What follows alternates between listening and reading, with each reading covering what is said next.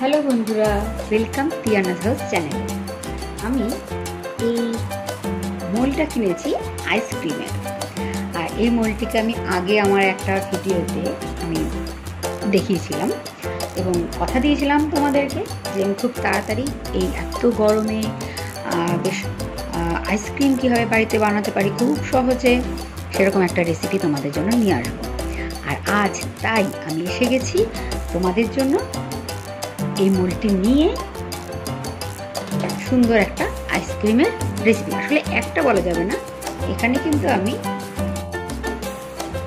দুটো ফ্লেভারের আইসক্রিম আমি এখানে বানাবো। ঠিক আছে, মোট 6টা আইসক্রিম এখানে হবে। আচ্ছা, তার জন্য চটজলদি করার জন্য আমরা জাস্ট শুধুমাত্র ওই একটা ইনগ্রিডিয়েন্টস দিয়েই পুরোটা বানাবো আইসক্রিমটা। মাত্র একটা জিনিস দিয়ে ভাবা যাচ্ছে। হ্যাঁ, একদম ভাবা না গেল, এটাই বাস্তব, এটাই হতে চলেছে এখন তোমাদের সামনে। দেখো কত সহজে বানিয়ে ফেলা যায় বাচ্চাদের জন্য সুন্দর সুন্দর আইসক্রিম। ঠিক আছে, আর কোনো ঝামেলা ছাড়াই। এই জন্য লাগবে শুধু দুটো কাঁচের গ্লাস, আর ছোট বাচ্চারাও বানিয়ে ফেলবে এর আইসক্রিমটা। ঠিক আছে, চলো রসনার প্যাকেট নেব। ঠিক আছে, একটা আমি নিয়েছি এখানে ম্যাঙ্গো রসনা, আর এখানে নিয়েছি আমি একটা অরেঞ্জ রসনার প্যাকেট।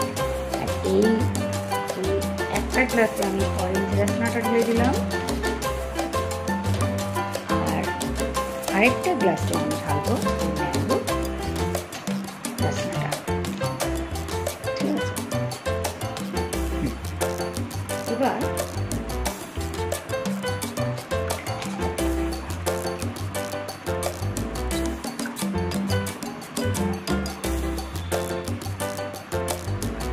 হাফ গ্লাস জলে পুরো পাউডারগুলোকে ভালো করে মিশিয়ে নেব।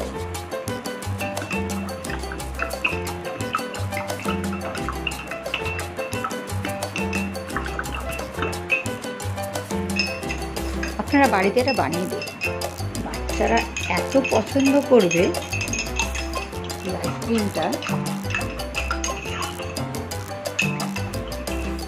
শুধু এর জন্য কিন্তু রসনা পাউডার লাগছে, একটা মোল্ড লাগছে, আর ঝটপট তৈরি হয়ে যাচ্ছে আইসক্রিম।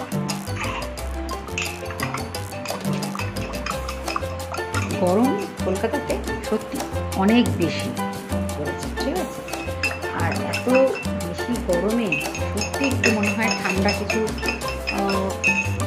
খেতে পারলে তো খুবই ভালো হয়। আমি আরেকটু জল,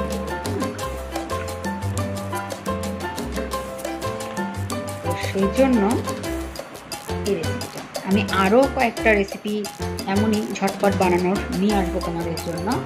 ঠিক আছে, তার জন্য কিন্তু আমার চ্যানেলটাকে সাবস্ক্রাইব করতে ভুলো না, আর লাইক এবং শেয়ার অবশ্যই করো।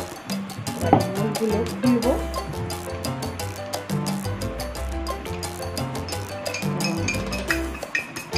ভালো করে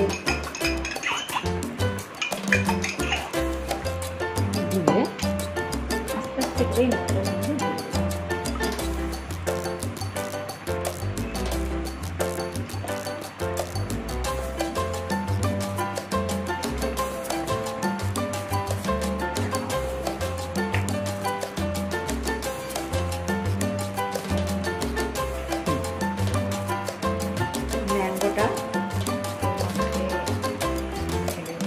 বসিয়ে দিলাম মোল্ডে। এবার অরেঞ্জটাকে ঢেলে নেব। একইভাবে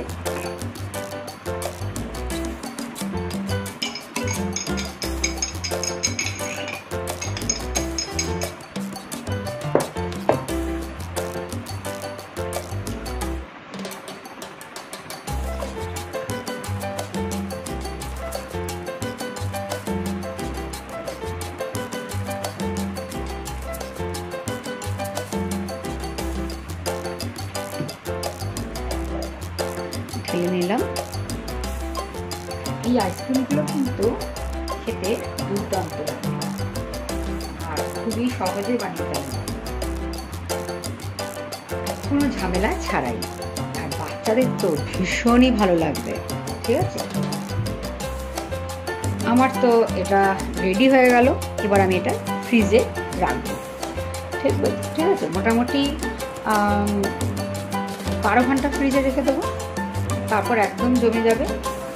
এবার যখন মনে হবে খেয়ে নিতে পারবো।